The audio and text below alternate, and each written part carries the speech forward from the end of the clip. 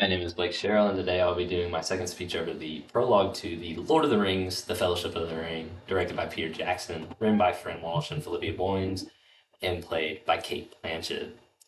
The world is changed. I feel it in the water. I feel it in the earth. I smell it in the air. Much that was once was just lost, for now none lived who remembered it. It began with the forging of the great rings, three given to the elves, immortal, wisest, fairest of all beings, seven to the dwarf lords, great miners and craftsmen of the mountain halls, and nine rings were gifted to the race of men who above all else desired power.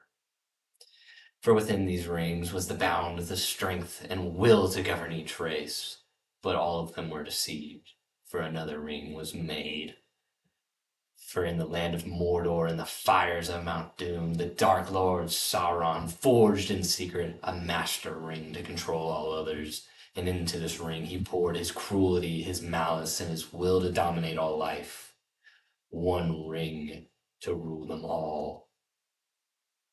One by one, the free lands of Middle-earth fell to the power of the ring.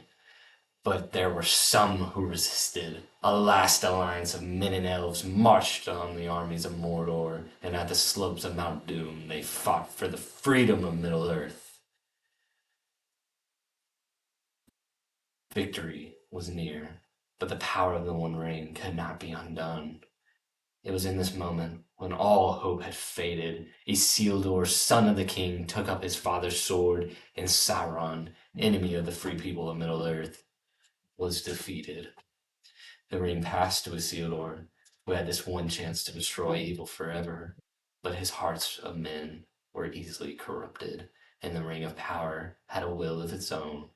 It betrayed Isildur till his death, and some things that should not have been forgotten were lost. History became legend, legend became myth, and for 2,500 years the ring passed out of all knowledge.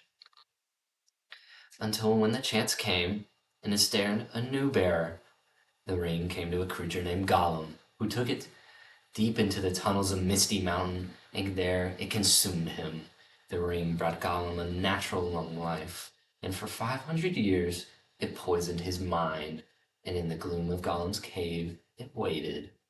Darkness crept back into the forest of the world. Rumor grew of a shadow in the east, whispers of a nameless fear, and the ring of power perceived its time had now come.